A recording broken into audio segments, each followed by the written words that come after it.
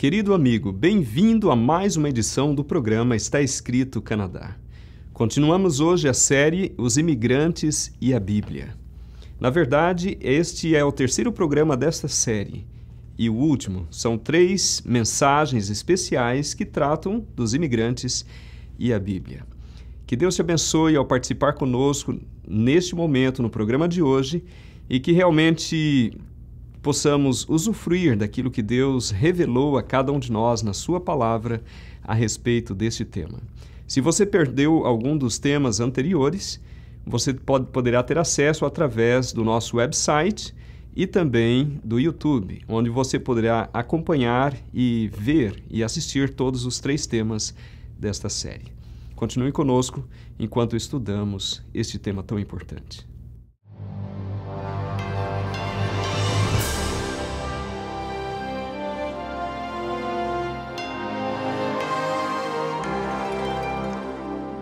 Venceu a prova do tempo. O livro de Deus, a Bíblia, ainda relevante neste mundo complexo. Está Escrito Canadá, partilhando mensagens de esperança ao redor do mundo.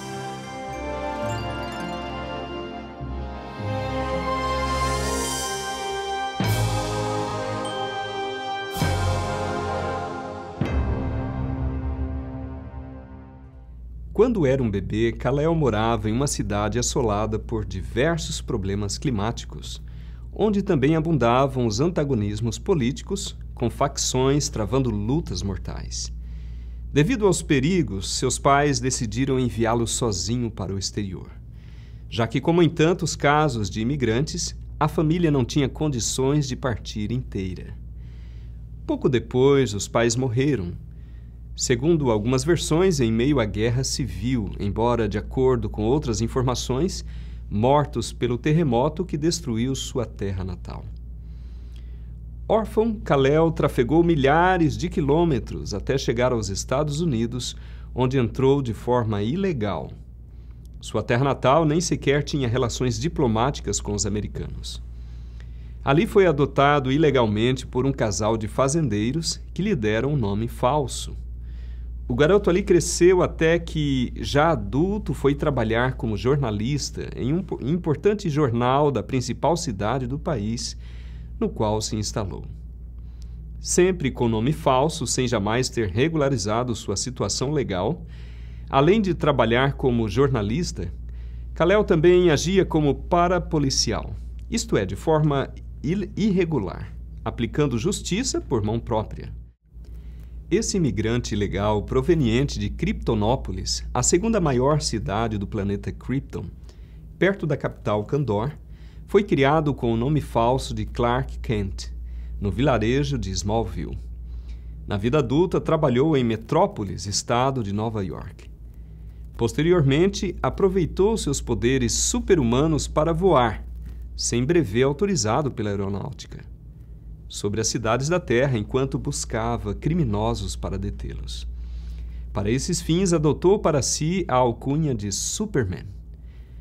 Os criadores do personagem, um dos mais famosos da história dos quadrinhos, eram judeus e também filhos de imigrantes. Jerry Siegel, filho de lituanos, e Joe Shuster, um imigrante nascido no Canadá, filho de um imigrante holandês e uma ucraniana. Quem diria? Superman, ilegal e com nome falso. Assim é também a história de muitos imigrantes refugiados e imigrantes ilegais. As crises migratórias hoje são dos mais surpreendentes fenômenos do século XXI, sempre desencadeadas por guerras, violência ou perseguições. A verdade é que a grande maioria de nós, se olharmos um pouco ao passado, perceberá que somos imigrantes de alguma maneira, e pelo menos descendentes de imigrantes.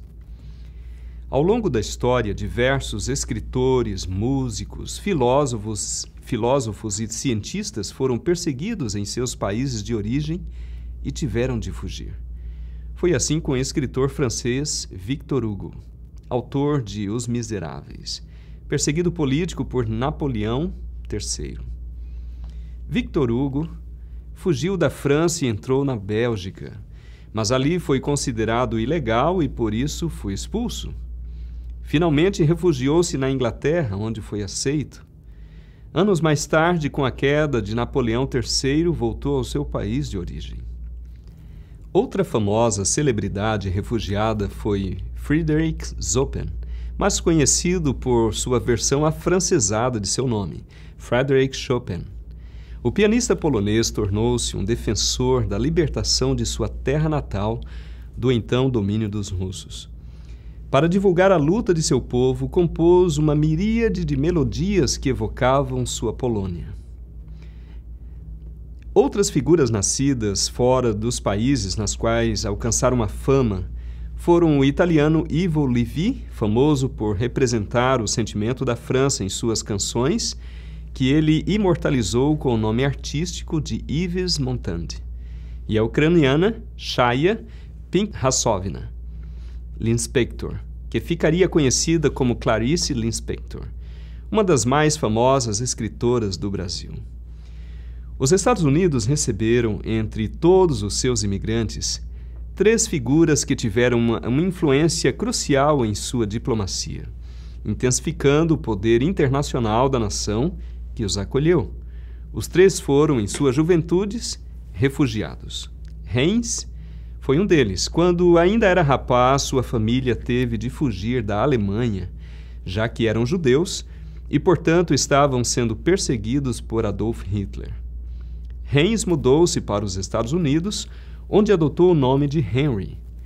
Poucos anos depois, se alistou no exército americano, participou da invasão aliada à sua terra natal. Depois estudou e acabou se transformando em conselheiro de segurança e secretário de Estado dos Estados Unidos entre 1969 e 1977. Ele era Henry Kissinger, mentor da política externa dos governos Nixon e Ford.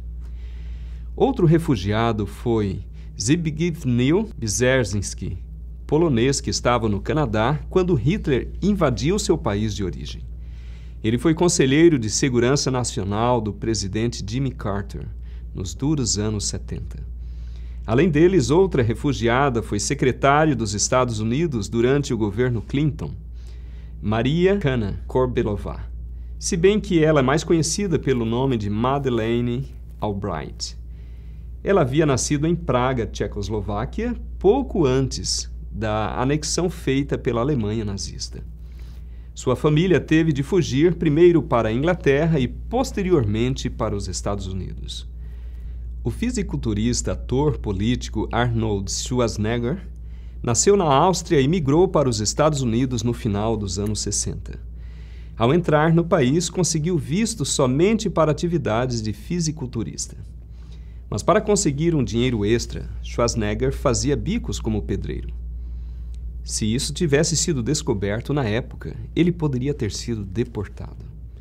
Mas ninguém descobriu e em 1974 Arnold conseguiu a residência permanente.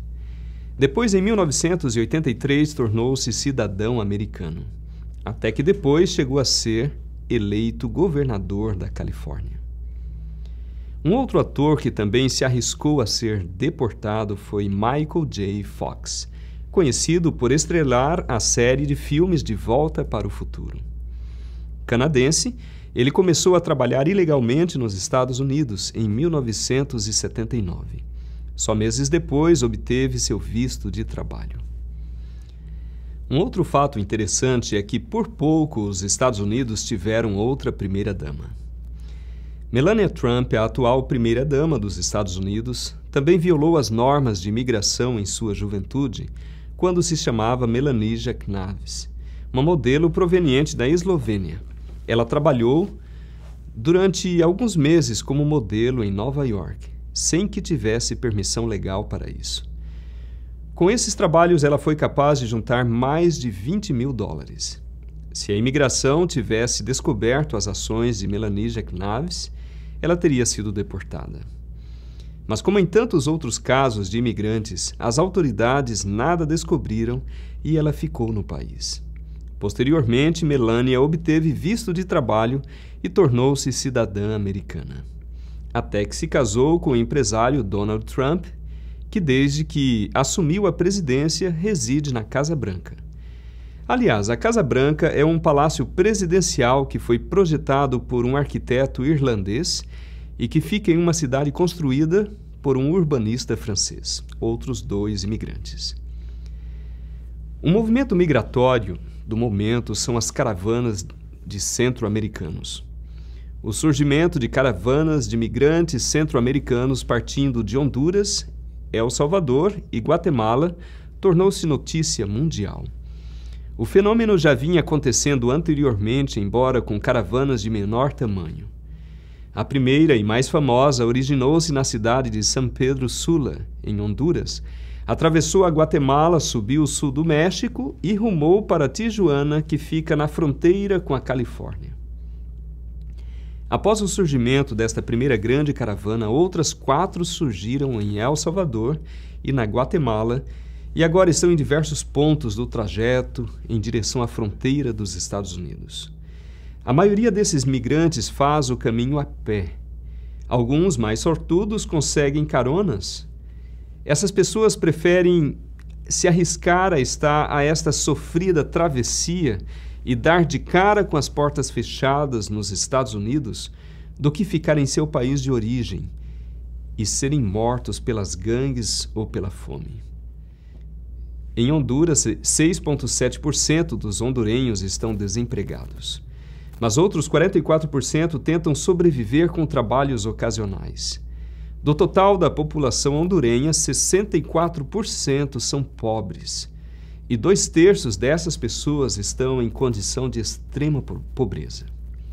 Já na Guatemala, do total de pessoas economicamente ativas, 70% estão na economia informal. Os dados oficiais indicam que 60% dos guatemaltecos são pobres. Enquanto isso, em El Salvador, a pobreza atinge quase 40% da população. Nesse país, 66% das pessoas vivem em trabalhos informais. Um outro fluxo centro-americano que começou no segundo semestre de 2018 é o de nicaragüenses, devido à repressão do regime do presidente Ortega. Os nicaragüenses, por enquanto, optam por migrar à vizinha Costa Rica, já que ali existe uma enorme comunidade nicaragüense. No entanto, os novos migrantes começaram a ser alvos de ataques xenófobos nesse país. Um outro fenômeno migratório surpreendente é o do êxodo de venezuelanos. As principais universidades de Caracas calculam que desde o ano 2000, isto é, um ano após a posse do presidente Hugo Chávez, a Venezuela, que sempre havia sido um país de acolhimento de imigrantes, deu uma guinada e passou a exportar pessoas. Nestes mais de 18 anos, 4 milhões de pessoas teriam ido embora do país. Isso equivale a 12% da população venezuelana. Mas a principal força deste êxodo teria se dado a partir da crise econômica iniciada em 2009 e que se agravou em 2015. Segundo a ONU, nestes últimos 3 anos, partiram da Venezuela 3,2 milhões de pessoas. E tal como no caso dos centro-americanos trafegando pelo México, boa parte dos venezuelanos que abandonam o país parte de lá a pé. É a maior diáspora das últimas décadas na América Latina, quase sendo equiparada pelo êxodo de haitianos. Apesar do volume, este é um êxodo ainda menor do que o sírio, pois desde 2011 foram embora desse país do Oriente Médio 6,3 milhões de pessoas, o equivalente a 34% de sua população. Além disso, depois da Síria, existem outros 6,2 milhões de deslocados internos. Assistimos também à diáspora dos haitianos em meio à fome, furacões e terremotos. No Haiti, o país mais pobre, mais faminto das Américas, vivem 11 milhões de pessoas. Mas outros 3 milhões partiram do país nas últimas décadas devido à extrema pobreza e aos fatores climáticos, já que o país tem sido assolado por furacões, secas, enchentes e um dos maiores terremotos da história mundial em 2010. O maior volume de haitianos, quase 1 milhão, vive nos Estados Unidos. Na República Dominicana, país vizinho ao Haiti, os haitianos passaram de 45 mil para 668 mil em uma década. Ali, o crescimento desses migrantes desatou uma onda de agressões xenófobas. O assunto tornou-se tópico da pré-campanha para as eleições presidenciais dominicanas de 2019. Um dos candidatos até propôs a construção de um imenso muro entre os dois países para impedir a entrada de haitianos na República Dominicana. Além dos países próximos, os haitianos também migraram a longas distâncias. Um dos países escolhidos foi o Chile, onde o número subiu de 1.800 para 120 mil em 4 anos. Você sabia também que São Paulo, a maior cidade brasileira, foi fundado por um espanhol neto de judeu? A cidade de São Paulo teve sua origem graças à construção de um colégio entre os rios Anhangabaú e Tamanduateí, em 1554. Os responsáveis pela construção foram os padres José de Anchieta e Manuel da Nóbrega. Este era português, mas Anchieta era um imigrante espanhol nascido nas Ilhas Canárias, neto, por via materna, de judeus conversos. Como vocês podem ver, existem muitas coisas que nos surpreendem sobre imigrantes, refugiados e imigrantes ilegais. A verdade é que a grande maioria de nós, se olharmos um pouco ao passado, um pouquinho para o passado, perceberá que somos imigrantes de alguma maneira, ou pelo menos descendentes de imigrantes. Vivemos em um mundo imigrante, por isso precisamos ser sensíveis a essa realidade imutável. A questão de como tratar os imigrantes e refugiados está fazendo manchetes nos dias de hoje. E é uma questão contemporânea e também uma questão antiga que é abordada muitas vezes na tradição judaica e cristã. Então vale a pena perguntar: o que a Bíblia diz sobre como devemos tratar os refugiados, migrantes e estrangeiros? Está bem claro e começa no livro de Êxodo, quando Deus diz a Moisés e a todo o povo de Israel: "E quando o estrangeiro peregrinar convosco na vossa terra, não o oprimireis. Como natural entre vós será o estrangeiro que peregrina convosco. Amá-lo-ás como a ti mesmo, pois estrangeiros fostes na terra do Egito. Eu sou o Senhor vosso Deus." Levítico 19, versos 33 e 34. Aqui encontramos duas mensagens de Deus. Em primeiro lugar, cuidar dos refugiados no Antigo Oriente Próximo como forasteiros. Os estrangeiros eram vulneráveis e muitas vezes como os migrantes e refugiados de hoje. Então eles precisavam de ajuda especial. Em segundo lugar, Deus está lembrando aos israelitas que eles eram estrangeiros quando estiveram no exílio, no Egito. O Antigo Testamento nos lembra disso em Êxodo, Levítico e Deuteronômio. De fato, o livro de Deuteronômio diz que Deus ama o imigrante, o estrangeiro. O Salmo 146 ecoa dizendo que o Senhor protege o estrangeiro. Como é feliz aquele cujo auxílio é o Deus de Jacó, cuja esperança está no Senhor, no seu Deus que fez os céus e a terra, o mar e tudo o que neles há, e que mantém a sua fidelidade para sempre. Ele defende a causa dos oprimidos e dá alimento aos famintos.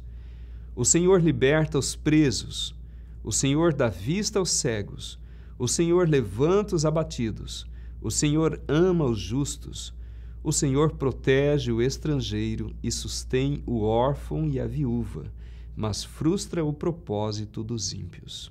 Salmos 146, versos 5 a 9. As escrituras hebraicas nos lembram duas coisas essenciais.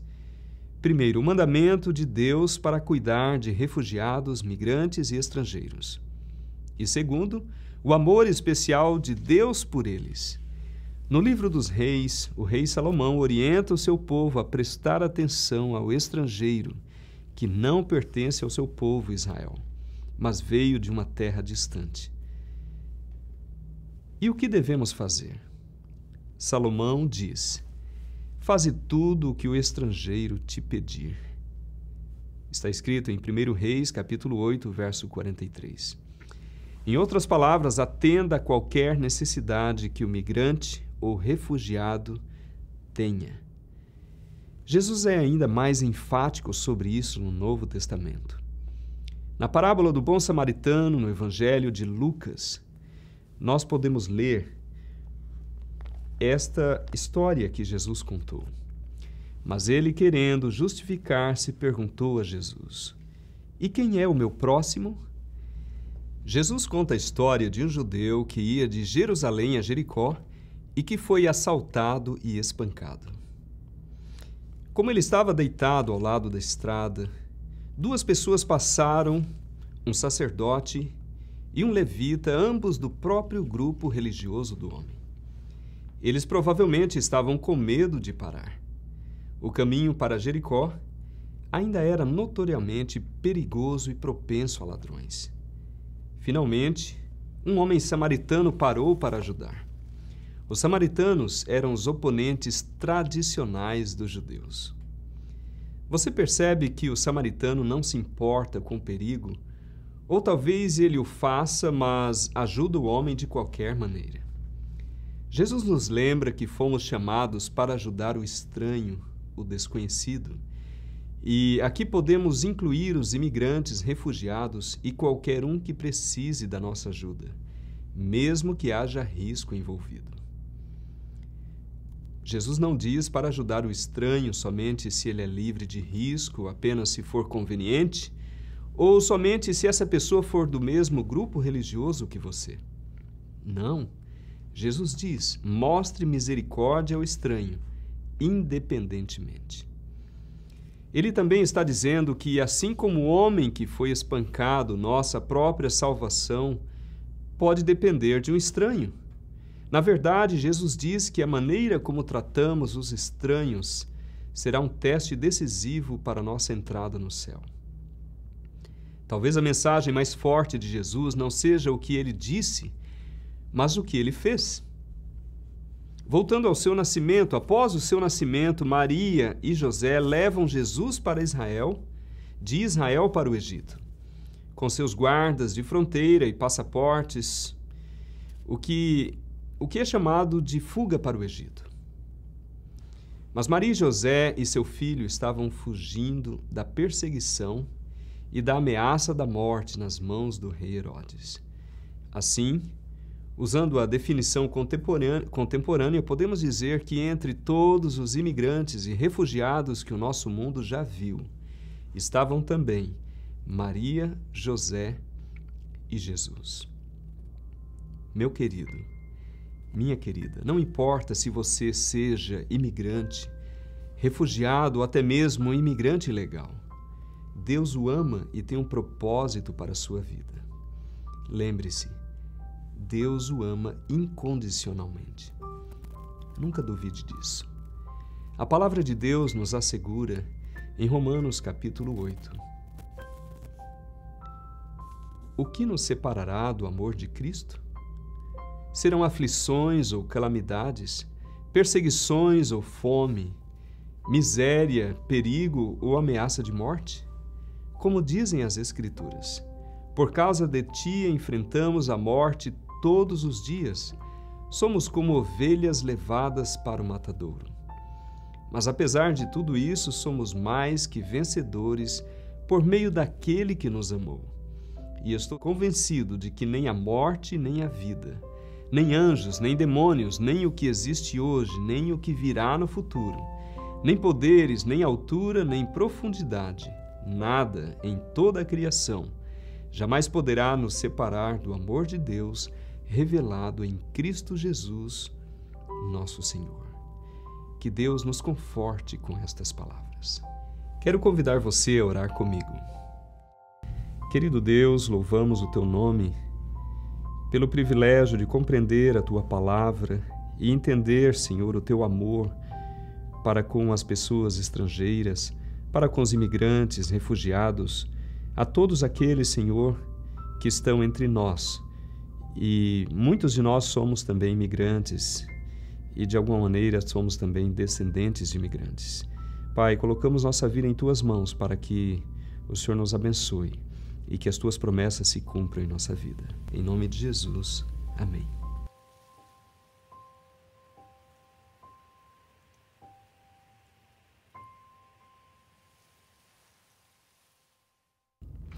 Após estudarmos este tema tão importante dos imigrantes, nós queremos oferecer a você gratuitamente esta revista que tem como título Grandes Problemas, uma Solução Maior. Utilize a informação que está aparecendo na sua tela para entrar em contato conosco e nós estaremos enviando na sua casa esta revista que vem tratando desta realidade que nós vivemos como imigrantes, refugiados ou por estarmos longe do nosso local de origem, ok? Aproveite esta oferta que estamos dando a você gratuitamente. Se você perdeu alguns dos programas desta série, você pode acompanhar através do nosso website ou mesmo no YouTube e você terá acesso e terá uma compreensão maior e ampla desse tema como nós tratamos nesses 3 episódios.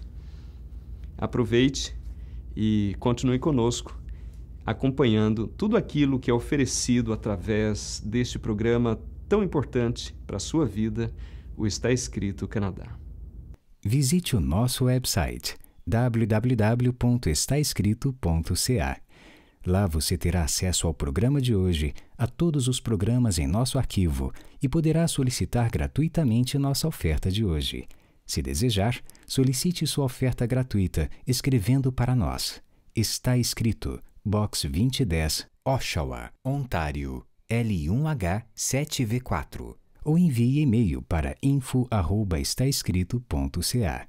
Se preferir, você pode telefonar para 1-800-717-2973. E lembre-se, nosso website é www.estaescrito.ca. Lá também é possível enviar o seu pedido de oração, registrar o seu testemunho e compartilhar nossos programas através das redes sociais. Agradecemos as cartas recebidas, todos os pedidos de oração e também o apoio financeiro. Querido amigo, lembre-se, nem só de pão viverá o homem, mas de toda a palavra que sai da boca de Deus.